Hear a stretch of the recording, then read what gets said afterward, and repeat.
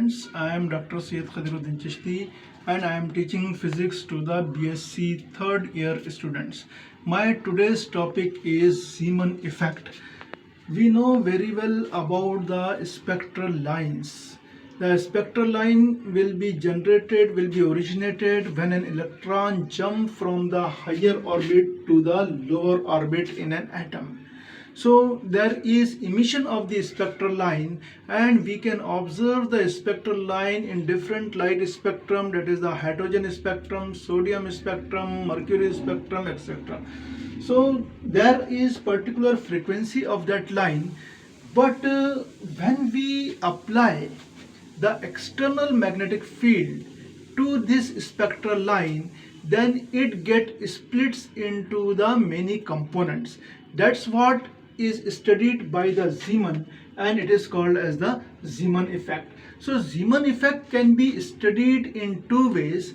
First is the normal Zeeman effect and another is the anomalous Zeeman effect. So what is Zeeman effect? Zeeman effect means the phenomenon of splitting of a spectral line into number of components, number of its component, when external magnetic field is applied to it. Now the question is whether the magnetic field should be strong or it should be weak. So it can be studied in two ways. When we apply the strong magnetic field, such type of Zeeman effect is called as the normal Zeeman effect, and when the external magnetic field applied is weak, then it is called as the anomalous Zeeman effect. So let us set up some experimental arrangement to study the Zeeman effect. Now I am having here the two strong magnets, that is known as the electromagnets, and in this electromagnet there is a line or a gap which is passing through it, means there is a small cavity. Then a spectral line is placed exactly at the center of the two pole pieces A and B of the electromagnet.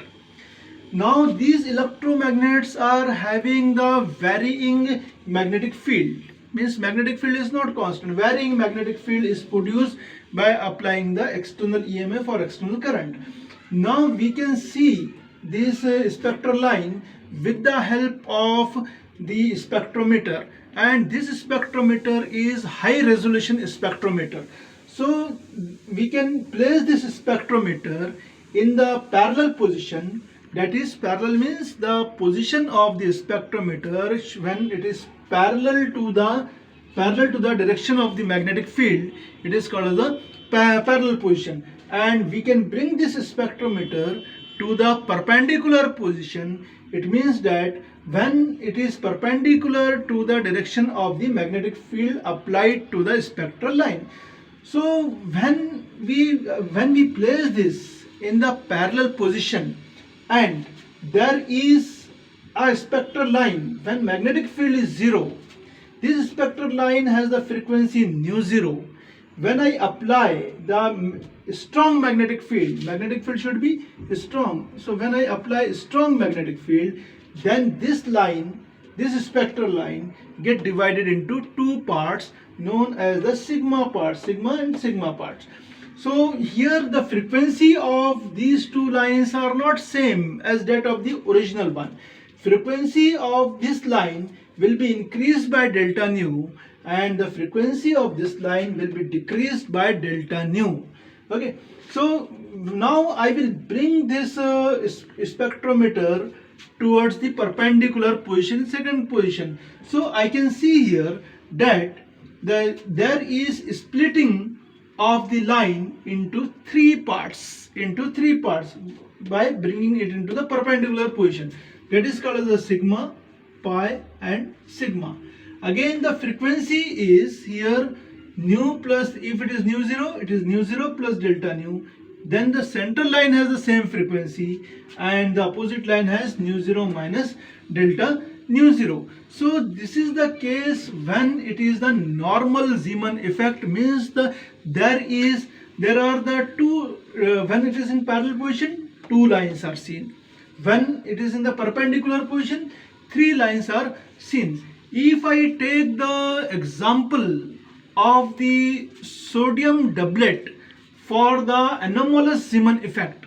Now, when anomalous Zeeman effect, when we say that the applied external magnetic field is weak magnetic field. When weak magnetic field is applied, then there in the parallel position, the line, single line get divided into different components. So here I am having a spectral line with frequency nu 0. It is D1, sodium D1, and here I am having the another spectral line, sodium D2. It has the wavelength 5896 angstrom, and it has the wavelength 5890 angstrom. Okay. Now when it is in the parallel position, and in the weak magnetic field, it get divided into two lines. Means for this there are two lines, and for this there are two lines.